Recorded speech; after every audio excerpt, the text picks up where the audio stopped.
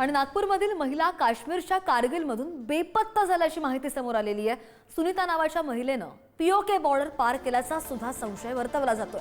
बेपत्ता महिलेला पाकिस्तानी सैन्यानं ताब्यात घेतल्याचा सुद्धा संशय आहे। महिलेची पाकिस्तानमधील एका धर्मगुरूसोबत ऑनलाईन ओळख झाल्याची माहिती आहे। धर्मगुरूला भेटण्यासाठी त्या महिलेची तयारी सुरू होती आणि अमृतसरच्या अटारी चेकपोस्टमधून 2 वेळा या महिलेनं पाकिस्तानला जाण्याचा सुद्धा प्रयत्न केलेला होता।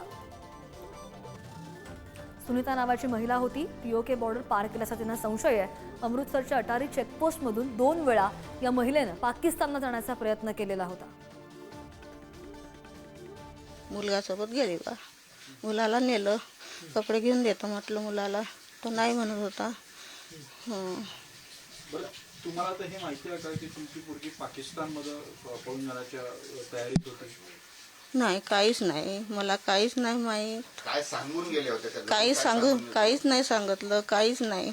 आपली कामं करत राहते मी, स्वयंपाक करायचा, पाणी भरायचं, आता पाणी भरलं। ती कोणाच्या संपर्कात होती? फोन घेऊन येत होती तिला कोणाचे? काही माहित नाही मला।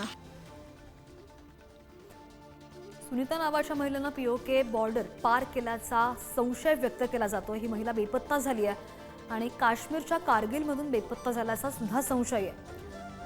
नुकतीच आपण महिलेच्या आईची प्रतिक्रिया पाहत होतो, त्यांना सुद्धा काहीच माहीत नाही अशी प्रतिक्रिया त्यांनी दिल्याचं सुद्धा दिसलं। अमृतसरच्या अटारी चेकपोस्टमधून 2 वेळा या महिलेनं पाकिस्तानला जाण्याचा प्रयत्न केल्याचं सुद्धा कळतंय। नागपूरमधील ही महिला होती आणि काश्मीरच्या कारगिलमधून ती बेपत्ता झाली आहे।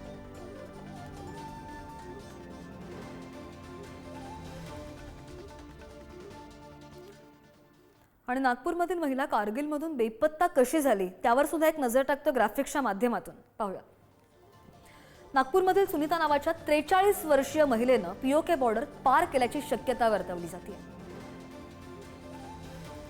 सुनीताला पाकिस्तानी सैन्यानं ताब्यात घेतल्याचा गुप्तचर आणि सुरक्षा यंत्रणांना संशय आहे। नागपूरच्या संत कबीरनगरमध्ये ही व्यक्ती राहत होती। सुनीता आधी एका रुग्णालयामध्ये काम करत होती। पाकिस्तानमधील एका धर्मगुरूसोबत तिची ऑनलाईन ओळख झाल्याची माहिती आहे। त्यानंतर सुनीताने त्या धर्मगुरूसोबत भेटण्याचे प्रयत्न सुद्धा सुरू केले अशी ही माहिती समोर आली आहे। पाकिस्तानमध्ये जाण्याचा प्रयत्न करताना दोन्ही वेळेला भारतीय सुरक्षा यंत्रणांनी तिला परत पाठवले। पंजाबच्या अटारी चेकपोस्टमधून पाकिस्तानला जाण्याचा तिनं यापूर्वी 2 वेळा प्रयत्न सुद्धा केलेला आहे। 14 मे रोजी सुनीता तिच्या 12 वर्षीय मुलासोबत काश्मीरला गेलेली होती। कारगिल सीमेवरील शेवटचं गाव हुन्नरमानमध्ये मुलाला ठेवून परत येते असं सुद्धा ती सांगून गेली। सुनीता परत आली नाही तेव्हा स्थानिकांनी 12 वर्षीय मुलाला लडाख पोलिसांच्या स्वाधीन केलं। सुनीताची मानसिक स्थिती सामान्य नसून नागपूरच्या शासकीय मनोरुग्ण रुग्णालयामध्ये तिचे उपचार सुरू असल्याची सुद्धा माहिती समोर आली। मुलाला कपडे घेऊन देतो म्हणून सुनीता घरामधून बाहेर गेल्याची सुनीताची आई निर्मला जामगडे यांनी माहिती दिली। नुकतीच आपण त्यांची प्रतिक्रिया पाहिली। 12 वर्षीय नातू हा काश्मीरमध्ये पोलीस ठाण्यामध्ये असून सुनीता संदर्भात स्थानिक पोलिसांकडून आईकडे विचारणा केली।